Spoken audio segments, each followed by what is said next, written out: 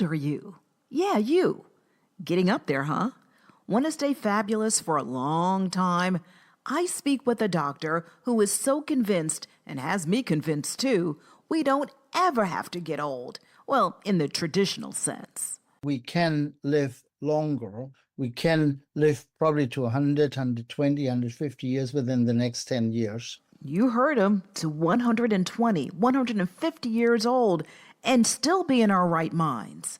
Now on Blackland. And now, as a brown person, you just feel so invisible. That's not fiction. Where we're from.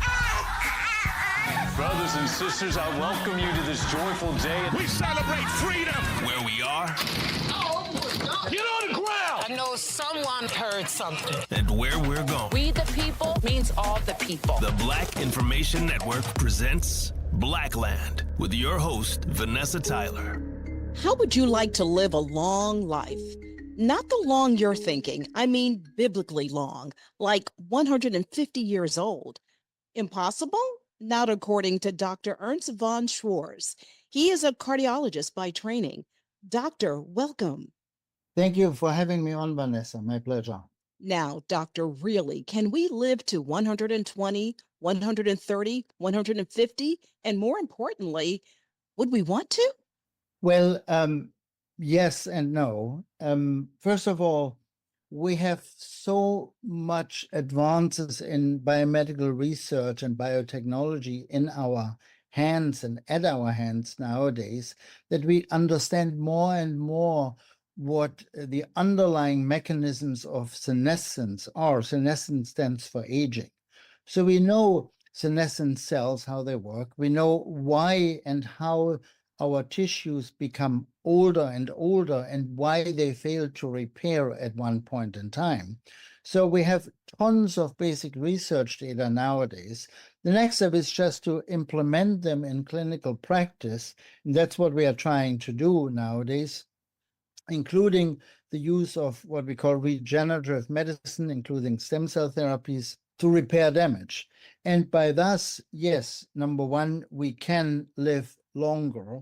We can live probably to 100, 120, 150 years within the next 10 years. But it's not really our goal to just prolong life numerically. So we don't want to create a population of senior citizens in senior citizen homes who cannot move or immobile and frail and can't talk or do anything. Just the opposite. We want to prolong what we call the health span, meaning we want to prevent immobility. We want to prevent frailty and muscle weakness, and we want to keep people healthy and active until high ages. And that's all possible nowadays. Wow. Now, I'm just thinking, some people are broken at 50, and you're saying that what you're talking about not only is the longevity of age, but the kind of like the longevity of youth. That's the goal, Vanessa. Absolutely. Again, we don't want to just create an existence with weakness. So the goal of medicine is not only, of course, to react to diseases. That's what we are practicing. And I'm a cardiologist and a transplant cardiologist, so I deal with patients who are very, very sick at the edge of dying. But what we want to do is we want to be proactive. We want to change the paradigm from reactive medicine to regenerative medicine, meaning we want to be able to avoid the age-related degeneration of our joints, of our muscles, of our brain tissue, of our heart tissue. And that's possible and doable. It's not just taking a pill, an anti-aging pill or so, and everything is fine. No, it doesn't work like that. It's much more complicated. But if you look, for example, I'm sure you have heard about the blue zones from Büttner, who published that years ago. These are the 5 areas in the world. One is in Loma Linda, California. Another one is in Costa Rica. There's Sardinia. There's an island in Japan. And in those areas, the so-called blue zones, people live more than 100 or 110 years. And they have certain characteristics which are similar, even though they are far apart from each other. And the main characteristics is about their diet. They have a very healthy, balanced, mainly plant-based, fresh diet, so no processed foods or hardly processed foods, not that much meat, less carbs, much more vegetables, fruit, fresh fish, and so on. The second thing is, interestingly enough, nobody in those blue zones ever saw a gym from the inside, so they don't exercise. That might sound counterproductive. They have to walk or something. Exactly. That's what they're doing. They do everything on their feet, basically. They are moving around. They don't do gym exercises, but they move around. They don't drive. They walk everywhere until high ages. And the next point is very important, in my opinion, is that they are very actively involved in their community activities until high ages, meaning they have a purpose. They have activities, they have a task. They are not at the edges of society. They are within the midst of society involved. And so diet, physical activity in general, mental activity, but also another point which always comes up is, of course, the belief in higher powers, meditation, prayers. All this comes together. And if we combine that with our basic research data, how to prevent or treat senescence, aging of cells, and how to repair damage using regenerative medicine methods, then we can definitely achieve longevity. I'm not saying immortality, because that's a different story, but longevity. Wow. I was going to ask you about faith, how the importance, how that plays into all this. But doctor, Black people traditionally, if preserved, can look 20, 30 years younger, but our life expectancy is shorter. How can we live that long? Well, for African Americans in particular, one of the biggest issues, and I'm seeing that every single day among my patients, is there is a different spectrum of cardiovascular diseases in African American patients compared to Caucasians or Asians. In particular, there's a much higher prevalence of high blood pressure and uncontrolled high blood pressure. And as a result, African American people develop much earlier and much more severe what we call hypertensive heart disease. The issue is that uncontrolled high blood pressure doesn't hurt. So I don't know what my blood pressure is right now. You probably don't know what yours is unless you measure it. So oftentimes we not even know that our blood pressure is high, and then we don't take it that serious because we don't have pain. But the problem is if we don't take it serious enough, then it will create a lot of problems, in particular for the heart and the vascular system. So our blood vessels become stiff. They develop atherosclerosis. The heart muscle becomes thickened. We call that left ventricular hypertrophy. That leads to diastolic dysfunction, meaning stiffening of the heart. That then in turn leads to heart failure, and that leads to premature death. So there is reasons which we know nowadays, especially for African American people. And the main thing is really to prevent and very aggressively treat those known risk factors, especially high blood pressure, also diabetes, also uncontrolled cholesterol levels, and avoid toxins, of course, like smoking or other risk factors. We are thinking of living forever with Dr. Ernst von Schwarz, the author of The Secrets of Immortality. Tell us, doctor, a little more about your background. Well, I'm a cardiologist, I'm a scientist, I'm a stem cell researcher, clinical as well as basic researcher. I work as a general cardiologist, interventional cardiologist, and heart failure transplant cardiologist in Los Angeles. I work out of Cedars-Sinai Medical Center as well as other hospitals. So I see patients basically all day long in hospitals or my offices, but I'm also heavily involved in stem cell therapy since more than 20 years now, from the very beginning until the clinical studies we are conducting right now. But I also have a PhD in theology. So I'm a theologian, and I talk about and lecture about science and faith, and I'm a strong believer, and that's why I don't believe in a biologic immortality, but definitely in a longevity. And besides being just here on this planet for no known reason, I think there's more to it than what we know nowadays, and that's of course a mystery of faith, which we probably will never know as long as we live, but maybe afterwards. You're also in Hollywood. So, of course, looking good and camera ready are vital for business. But I'm curious, when one lives to be that old, how do they look? Vain question, but legitimate one. Well, I mean, right now, the last months or the last 2 months were the award seasons here in Hollywood and Los Angeles, with the Oscars and the Grammys, whatever other awards. Just before the red carpet events, we have, of course, lots of patients coming to us for example, stem cell injections in the face. And that stem cell therapy is not FDA approved. It's not widely recommended. It's considered experimental, but it works. That's the bottom line. And if we inject people with stem cells or stem cell derived products into the facial skin, for example, it does a couple of things. Number one is that those cells are anti-inflammatory. So if there's any damage in the skin, that can be repaired. Number two, they create what we call angiogenesis, meaning they build new blood vessels and by thus improve the circulation and perfusion in the skin. And number three, they repair damage and also stimulate collagen production. So in other words, after a week or two, you can see it. People suddenly look 5 years younger or more.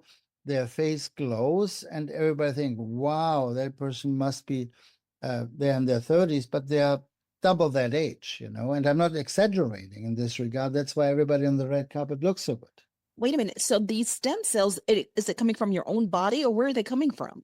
Well, there's different sources, of course. No, we don't use them anymore. We did that 15 years ago. We used the ones from our own body. No, we use donor cells. They come from placenta. There's not embryonic, by the way, and I never would do that as a theologian in particular.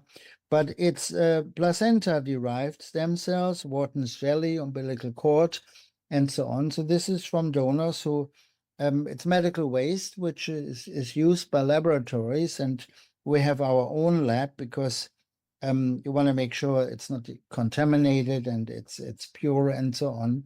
And those cells from placenta tissue, for example, or umbilical cord blood, they are, of course, much more potent, much stronger, much more viable than if we would use my own or your own, because they represent our age, and we don't want those. We want the strongest one and the freshest one. I mentioned at the top, Doctor, in biblical times, people really lived long lives. But if people really did live that long, what would it mean for our society? Well, that's a good question, Vanessa, which always comes up when I teach or lecture about that topic.